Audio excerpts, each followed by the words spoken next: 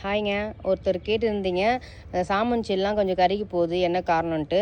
பாருங்கள், நான் இருக்கிறது பெங்களூர்லேயே பாருங்கள், அந்த சாமன் செடி பூக்கிறதுக்கு முன்னாடி சைடில் வந்து கீழே வந்து காஞ்சி போகுது பாருங்கள். பெங்களூர் வெயிலுக்கே அப்படி இருக்குன்னா தமிழ்நாட்டு வெயில், சென்னை வெயிலுக்குலாம் எப்படி இருக்கும்னு பாருங்கள். அதே மாதிரி தண்ணி நிறைய ஊற்றினாலும் வேறு அழுகி போய் அதுவும் காஞ்சி போகலாம். நம்ம ஷேட்லேயே வச்சு வளர்க்கணுங்க. பாருங்கள், இது வந்து மேலே கிரேப்ஸ் கொடி இருக்குது, கீழே தாங்க வச்சுருக்கேன். அப்படி இருந்தும் காஞ்சி போகுது. அதுவும் வந்து டெய்லியும் தண்ணி ஊற்றுறேங்க. ஒரு நாள் 2 நாள் தண்ணி ஊற்றுறது. பாருங்கள், ஒரு சாமன் செடி எம்எஸ்பி ரோஸ் கார்டனில் நான் வாங்கினேங்க. அது நான் நல்லா வளர்ந்ததுங்க. நான் வந்து மாற்றி டிரான்ஸ்ஃபர் பண்ணும்போது அது அப்படியே மொத்தமாக அப்படியே மேலே வச்சு விட்டேன். அது நல்லா துளிர் விட்டுது. நான் அந்த பக்கம் வந்து தண்ணி ஊற்றுவேங்க. அந்த மாதிரி தண்ணி ஊற்றும்போது இது ஃபுல்லாக வந்து பாயில் பொழுகுது.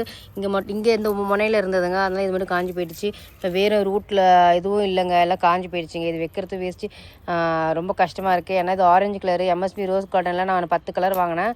இதுவும் நல்லா அழகாக இருக்குங்க. இந்த கலரும் சூப்பராக இருக்கும். இது வந்து சாமன் செடிங்க. இது வந்து ஒரு பாட்டில் இருந்தது. சரி, நான் ஊருக்கு போகிறதுனால நம்ம இதில் பாட்டில் வச்சுட்டு போகலாம். அண்ட் சின்ன பாட்டில் இருந்தால் தண்ணி ஊற்றுறவங்க அது பார்க்காம விட்டா வந்து காஞ்சி போயிடுன்னு சொல்லிட்டு நான் வந்து இதில் வச்சு ஒரு நாள் டெய்லியும் தண்ணி ஊற்றணுங்க.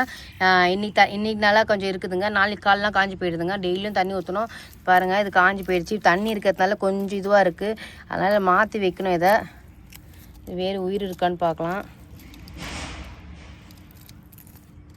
டெய்லியும் தண்ணி ஊற்றணுங்க. பாருங்கள், இது வந்து தண்ணி ஊற்றாமல் விட்டேங்க. அது வந்து கொஞ்சம் மேலே செடியில் காஞ்சி போயிடுச்சு. உள்ளே வந்து அடியிலேருந்து வந்ததுங்க. அதுவும் வந்து கொஞ்சம் சோர்ந்து போன மாதிரி ஆயிடுச்சு. இது மட்டும்தான் அந்த செடியில் வந்து இது மட்டும் தாங்க இருக்குது. சரி, இது பொழைக்குதுன்னு சொல்லிட்டு நான் இதில் வச்சுருக்கேன். தேங்காய் நாரில் வச்சுருக்கேன். தேங்காய் நார்னால் கொஞ்சம் லூஸாக இருக்கும், டக்குன்னு வேர் பிடிச்சி வளர்ந்துடும்.